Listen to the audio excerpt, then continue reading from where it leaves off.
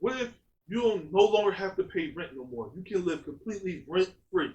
I'm not talking about Section 8 type of rent free, public housing type rent free. I'm talking about you living in a boss, nice house right now, and your landlord come up to you and say, yo, you no longer have to pay rent. Let's say you're paying $1,000 a month for rent, and your landlord say, yo, you don't have to pay rent no more. It's over. You can live here for free. That's $12,000 a year. Let's say you're paying $2,000 a month, and your landlord say, yo, you can live rent free. That's $44,000 a year. I'm talking about trips abroad. I'm talking about you can go on shopping sprees. I'm talking about you gonna have a hell of a Christmas, Valentine's Day, Thanksgiving. I'm talking about you can do things that you couldn't imagine doing. I'm talking about putting a nice down payment on that new car you got. You can really stunt and not front like you do on Facebook and Instagram. Now you can really live that life that you was fronting on Instagram. You ain't gotta fake it till you make it no more because now you really made it. What if you could? Now, as you imagine what your life could be living rent free, think about how people are really living their best life, how they sleeping so well at night, how they're enjoying every single day, knowing that they're occupying space in your head rent free right now. That's right, people. There's people occupying space in your head rent free right now. You pissed off at the person at Taco Bell because they messed your order up. And instead of them sitting there admitting to messing your order up, they want to argue with you. Now that messed up your whole day because now that person at Taco Bell that you may never see again, never talk to again, is living rent free in your head right now. You went to your Thanksgiving holiday dinner and you got into it with your cousin or your auntie or your uncle or somebody in your family. And right now, even currently, they're living rent free in your head, occupying space in your head right now. Right now, you're upset with a previous person you were in a relationship, whether it was a boyfriend, girlfriend, whatever it was, husband or wife, and they're living rent free in your head right now because you can't let go whatever went wrong in that relationship. They're occupying space in your head. Now, here's the interesting thing about it. While they're occupying space in your head, again, rent free, there's space that can be used for other things. There's space that can be used for happiness, joy, peace that's being occupied for someone else who's living rent free in your head and they sitting there sleeping comfortably at night knowing that they bother you. They got under your skin so much that they're in your head, that everything you do, that your daily functioning has them playing a part, playing tambourines, making noise in that apartment that lives inside your head. And guess what? The most important part about it is and why they can fall out and sleep peacefully at night is because they know they live in your head absolutely rent free. It's time to evict them, people. It's time to evict people who are not truly for you. It's time to evict people out of your life who's constantly smiling in your face when the whole time they telling lies because their smile don't match their handshake. You know that they failed. It's time for you to evict people out of your life that only intentions are is disrupting and interrupting your peace. It's time to evict these people out of your life. It's time to evict them out your head because as long as you let these people live rent free in your head, they're occupying space that can be used for more productive things. Peace, happiness, joy, goals.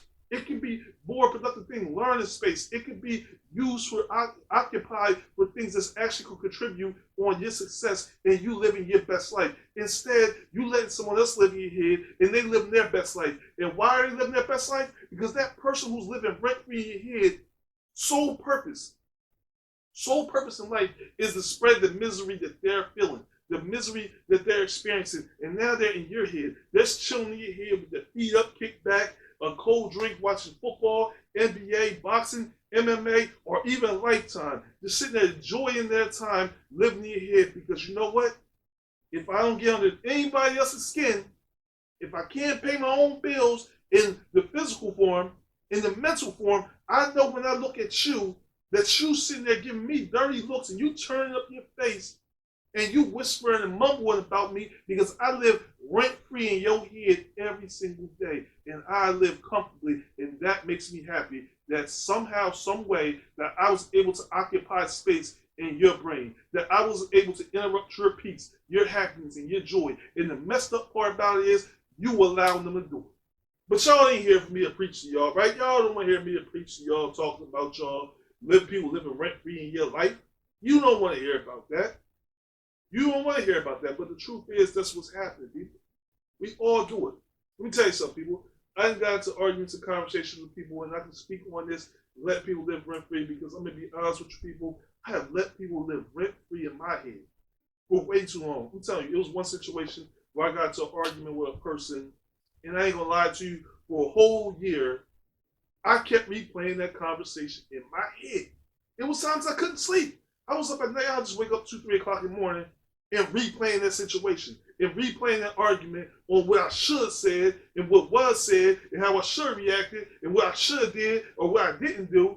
And the whole time I'm replaying and reenacting something that's past tense. It's past tense. It's behind me. It's over. Move on. Move on from this situation. And that's what I had to say to myself eventually. Like, dude, move on. This is interrupting your peace. This is interrupting too much of your time. You got more important things to do. You got more important things to do tomorrow. But instead you getting your beauty rest so tomorrow you're refreshed to handle your business, you're up thinking about something that happened over months ago, a year ago. Something that you can't do nothing about. The best thing you can do is put that situation behind you. Evict that person who's in your mind and your occupied space in your head. Evict that person. Not only out your head, but out your life. Because honestly, if you reassess the situation, what you're going to find out is that it was a person that doesn't have peace in their life. Clearly, they don't have peace in their life, or the situation wouldn't have been unfolded like it did. And I'm telling you this because it's something I had to tell myself. That's why I'm having this conversation, and I'm qualified to have this conversation with you, because I was a person who was letting somebody live rent-free with me. And let me tell you something, man. They not only was living rent-free, man. They was just tearing up the apartment. I'm telling you. They was tearing up the apartment out here. You ever like owned a home and you rented out property, or you know somebody that rented out property? You got a friend, cousin, family member, whatever, that rented out property. They let somebody live there, and when they got evicted because they got mad because they wasn't paying rent, and you kept giving them options to pay rent, like, yo, I know you're 3 months behind, I know you're struggling, but you gotta come current with the rent. And they still didn't do it, no matter how many opportunities you gave them, no matter the fact that you gave them a place to live, even though they had nowhere to live. You know how you know somebody that did that, right? And then when you finally get tired of them living rent-free in your house, you're like, all right, you got to go. And what do? Instead of saying, thank you for giving me a place to live for the last 6 months, even though I didn't pay you rent, they start letting their kids, like, yo, give their kids a box of crayons or permanent markers and tell them, draw all over the walls. Just make your best artwork. They start tearing up your carpet. They start peeing on your floor, breaking your toilet, tearing up your refrigerator. Leave a complete mess in your house as a way of showing appreciation when you allow them to live rent-free. You ever had that or experienced that? Know anybody experienced that? Well, this basically what's happened in my head. I let somebody live rent free in my head. They basically did that. They just drew all over the walls. They threw stuff everywhere. They would just keep me up at night. It was so stressing me out. And not only did it keep me up at night, but once I finally evicted them out of my house, I had to go back and repair all the damage they did in my house, inside my mind, when they was living rent free. Because once I evicted them, and I told them, no, you gotta get out of my house, out of my head, my head, then it started turning to, okay, now I got to destroy everything here because he's evicting me out. He's saying I can't live rent free into his head no more, so now I must destroy everything. That's a lot of times what's happening to you.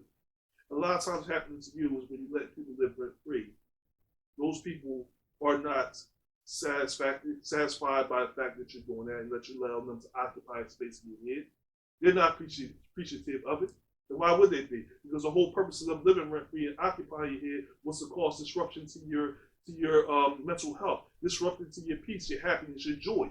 And when you finally tell them that, yo, you gotta get out, you assess the damage, you realize, holy crap, you did a lot of damage in me.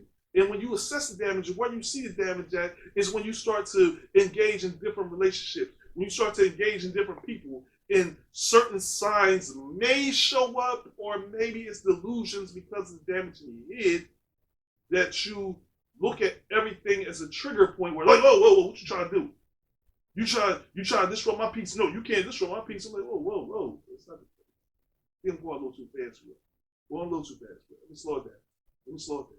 The point is that a lot of times when we let people live in our head, they cause damage and they disrupt us. And what I mean by we become on edge with other relationships with other people is because when we look at somebody and they show any traits that the previous person who lived rent free in our head, when they show any traits, we immediately jump on the defense. You ever had somebody say something to you and they didn't mean to be hypercritical or take shots at you, and you immediately jump to defense about it. You really got defensive immediately. You don't know why you got defensive about it. It's because somebody is living or lived rent free in your home, inside your head, and they left some kind of damage. They left kind of marks that haven't been rectified, haven't been fixed yet. They left holes in your walls that haven't been patched or painted over. So those holes still exist. So when someone else is moving in or threatening to move in, you're still reliving those holes that are left in the wall.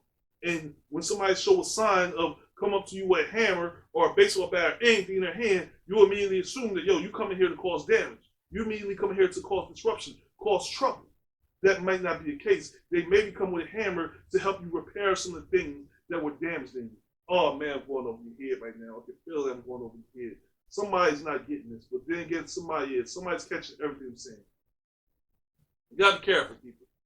We gotta be careful who we let in our lives. You gotta be careful when you see a person smiling. You know, we think that a smiling face is a joyful face, an inviting face, a happy face. I mean, when you tell somebody that you're doing well, that you tell somebody you're being successful, and somebody hits you with a smile and tell you they're happy for you, that's a meaning of endearment. They're truly happy for you.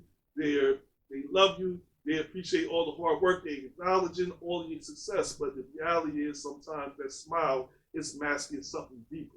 It's masking their true intentions and their true thought patterns. Some people have learned to master the art of smiling. And I even talked about it. I talked about sometimes you gotta learn to smile. In certain situations, you gotta learn to smile. When you're going through difficult situations with family, through work and stuff, sometimes you gotta put on a smile at work when your boss is disrespecting you and you want to cuss them out. Sometimes you gotta put a smile. You gotta put on a smile. You gotta smile even though behind that you tell them you want to bust in their damn head. But the point is, some people are not putting on a fake smile because you're their boss. Some people are putting on a fake smile when busting in your damn head because they see you thrive and you're surpassing them, and they're trying to figure out, why are you surpassing me? Who do you think you are surpassing me? And then what follows that fake smile is little pot shots. Okay, little pot shots start to follow the fake smile. Because see, the fake smile gets them to allow you to move into your home. And your home is in your head. Once again, people, when I'm talking about home, I'm talking about the mental space inside your head, so I don't confuse you. Okay, I'm not talking about your physical home and people who smile at you and you let them move into your house and occupy the empty room in your house. Okay, I'm not talking about that. I'm talking about your head.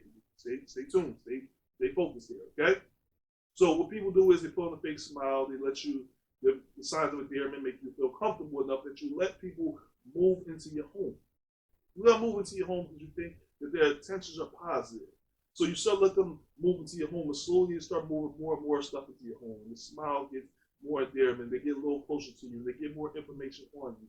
And you're thinking that they're finding out information because, yo, you love me, you care about me, you want to know more about me so that we can have a stronger relationship, a stronger bond. And in some cases, this may be true.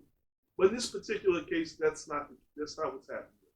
This particular person who put on a fake smile, who's moving into your home, is looking for a place where they can live rent-free.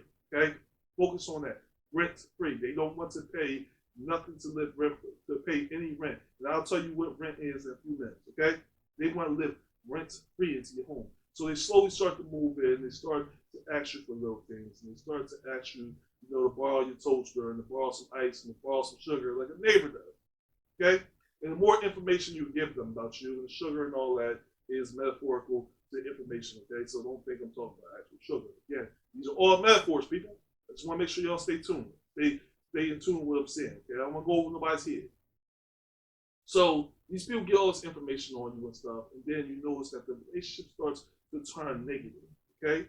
That fake smile starts to turn envious, and people start to envy you and your success. Soon they start talking about what kind of car you drive and comparing it to their car.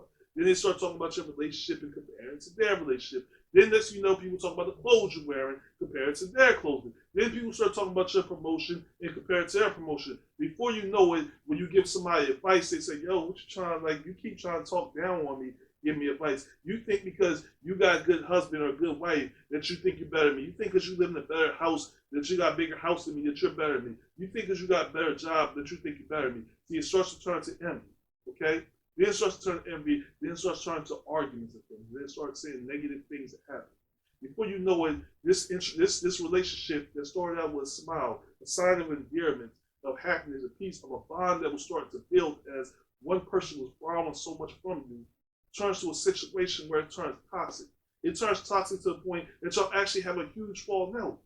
The relationship gets damaging because the damage starts to happen into your home where this person starts getting pissed off at you. And even though you let them occupy your home, live rent free in your home, now they're inside your home destroying you in this argument, bringing up your darkest, deepest secrets that you only share to them, that you share with them because you felt comfortable with them. You told them about your husband. You told them things about your wife. You told them personal things about your mother and the way you was raised, or your father, things you was raised. Now they're using these things to tear up your home. Now they're interrupting your peace, your joy. Now they're causing you anxiety whenever you see them in the room. But there's a more interesting thing. This person, even though you're not speaking to them no more, because you stopped speaking to them, is still occupying space in your home. They're still occupying space, living rent-free, okay?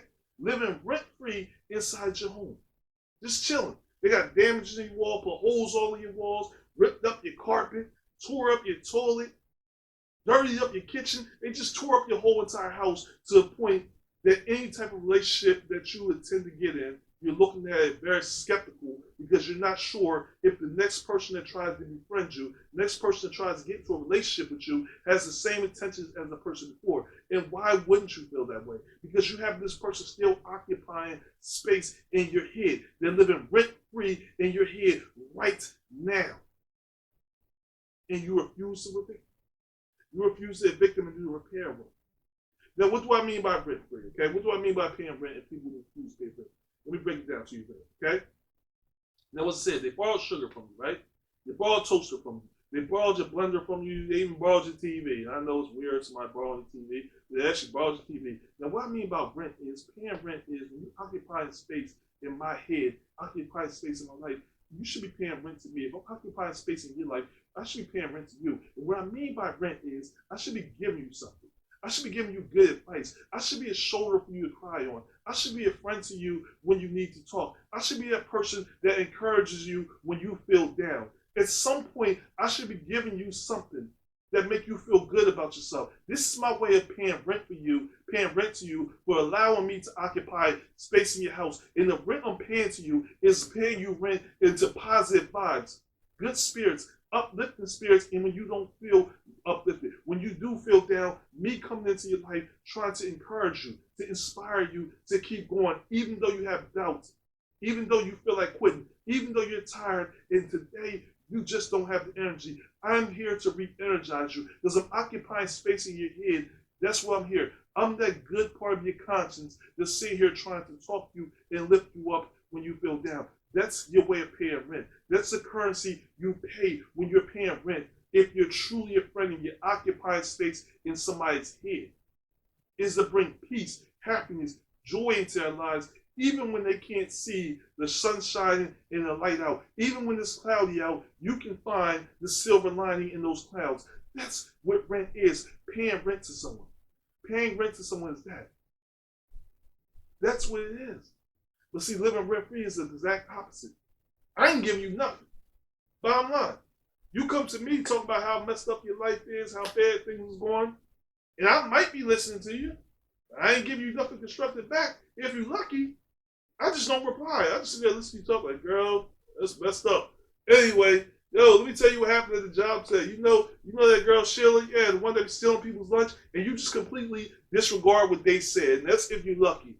If you're not so lucky, not only is a person living rent-free, but they tearing up your home, so they give you bad advice.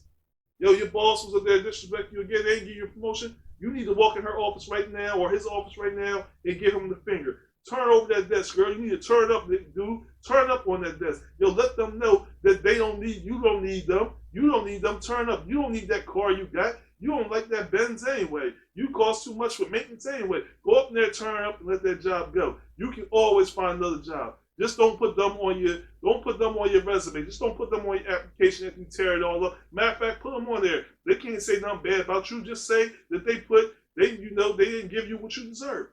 That's them giving you big currency right there. That's them encouraging you. And some people say, well, I wouldn't listen to that. in the heat of a moment when you're emotional, you don't know what you're going to react and listen to. If you're emotional, you might take that, eat that up. Like, this is good information, especially if you trust that person and that person give you bad rent. They're not even paying you rent. They're not paying you rent. They're paying you bad checks. And you go cash them checks, you go turn up and turn over your boss's desk. Then you go look for another job and wonder why ain't nobody calling you back. That person not only paying you rent, they gave you a bad check. Then you know how it is when somebody give you a bad check, you call them up like, yo, that check bounced. I mean, it was bouncing like a basketball. That thing bounced like 4-5 times. That thing bounced out the bank. Yo, what's up? I didn't tell you go cash that check. I didn't tell you you should. I was just joking when I told you. I didn't think you would really do it. They're not going to take any responsibility. And at the end of the day, look at that. Your whole space inside your mind is tore up. Your house is tore up. And I'm talking about your mental house, because now you messed up because you're sitting there right now stressed out trying to figure out how you're going to pay your bills, how you're going to find a new job. What are you going to do? Because the last 10 years on your resume now is a blank because you couldn't put that previous job down because someone gave you bad information. And now, not only that, but this person is still occupying space in your head because they gave you bad information and you just knew this person was your friend. You got to pay attention and focus on who's truly there for you, who truly loves you, who truly don't. Learn to notice and seek out the fakeness behind that smile someone gives you. Learn to evict people out your life before they start occupying space inside your head rent-free. And if you know somebody that's occupied space in your head rent-free, but that hasn't caused major damage to your home yet, get them the hell out of there. Get them the hell out of there right now. Padlock the door, board up the windows, and no, you can't come back. I ain't saying nobody can't come. I'm just saying you going. I gotta keep you far away. You gotta get the hell out of here because not only are you not paying rent, you're in danger of causing major damage to my life. I'm telling you, people, we all have to learn one simple thing. Sometimes when a relationship falls apart, you just gotta let it be. I had to learn that. Me and my wife had this conversation recently. I was like, man, what am I doing wrong? Like, it's like so many people are falling out of my life. It's like, am I doing something? Am I saying something wrong to people? Like, maybe I'm the common denominator in this situation where maybe I'm just making people feel uncomfortable. And, things are starting to go wrong. People just, start talking to me. Like, am I doing something wrong? My wife said something. She's like, yeah. You are the common denominator. Yeah. You're doing something wrong in their eyes. And I said, well, enlighten me. Then I got, you know how you sit up with somebody, they tell you something deep and you get all into it because I thought she was going to break something down. Like, I was really doing something wrong, and enlighten me because I thought it was something about me I needed to change. So I got all interested, and my wife hit me with the greatest advice ever and the realest thing that she ever said to me. She's like, yeah, you did do something wrong. You are doing something wrong. You're being successful. You're growing. You're achieving things. Because you're growing, you're outgrowing people. Because if you're achieving things and your success, you are making people around you that previously or who are stagnated uncomfortable. They're uncomfortable with being around you, not because you're trying to change when you think you're better than people. You're changing your ways where you're starting to find your niche. You're finding your ground. You got your feet up under you. You're moving. You got your mindset back. You are going places, you are doing things, and people who are stagnated are starting to see that not only you moving forward, but you're starting to leave them behind. And they're uncomfortable with their position in your life. So what they're saying is, before you leave me, I'm just going to move on out. I'm just going to leave before you can leave me. Because I'm going to make it seem like you did something wrong. It's like, yeah, you're doing something wrong in their eyes because you're growing. In their mindset, you should stay who you are and stay where you are. So the best thing you should do is allow people to go that wants to leave. If they want to leave the house, if they no longer want to occupy space in your mind, in your home, then you need to allow them to go. Do not allow them to occupy space in your home, but also don't allow the memories and the clutter that they leave behind to occupy space in your home. If people want to leave, let them leave. Don't try and make someone stay in a home that don't want to be there. Don't try and make them be there. Don't sit here and dwell on why they left. Be thankful that they left. And if they didn't leave any damage in your home, then be thankful they didn't leave any damage on your home. Be thankful they left peacefully. Be thankful. For whatever reasons they feel, though they left, if it's because they're stagnated, they still left peacefully. Be thankful and let them go. And that's what we all have to do. We all have to learn to let some situations go. I understand you went to Taco Bell and you ordered that 3-layer burrito and the Doritos Locos Taco and the Mountain Dew Baja Blast soda, and you wanted a 32-ounce soda, but they only gave you a 16-ounce, and you know what you paid for. And the person at the Taco Bell, register couldn't count and couldn't add the change, and you was pissed off because you're going back and forth with them about your order, and you was right. But don't let that person occupy your space. Those are temporary people, temporary situations. I understand there's somebody at your job right now pissing you off and getting on your nerves to no end. Think they're better than you, think they're somebody's boss, but don't let that person occupy space in your head. They're temporary people. Do not allow temporary people to occupy permanent space or real estate in your head that's reserved for peace, happiness, and joy, and people who are trying to be productive in your life. It's time for us to start to evict people out of our lives who wants to cause damage in our lives, who wants to cause damage to our mental space, cause damage into the property that we possess in our head, who does want to live rent-free, and to allow people who wants to be productive, happy, and joyful, and add peace and pay rent in our heads. We need to change our mindset and the way we think. It's time, people, that we change our mindsets. It's time to evict negative people and negative things out of our home. It's time to stop allowing people to live rent-free so they can ball out of control, sleep peacefully, while we sit up all night trying to figure out what went wrong, what's going wrong, or how we should have assessed or handled a situation. The time has come, people, for us to grow, for us to change. But first, we have to change how we allow people to live in our mindsets and our heads. It's time to put an end to rent-free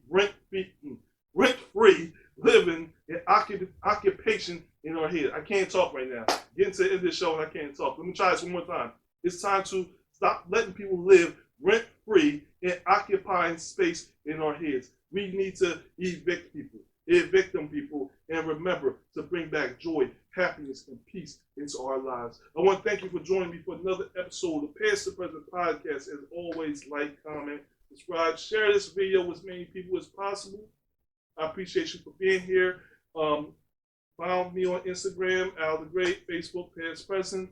Hit me up. Let me know how you feel about the show. What's your thoughts on this episode? Look out for us to be in more places coming next year. We're going to be everywhere, people. I'm talking about everywhere you listen to podcasts, we will be. And until that time, or until next time you see me, I only got a few things left to say, y'all people. Stay woke, stay focused, most importantly, stay tuned. Peace.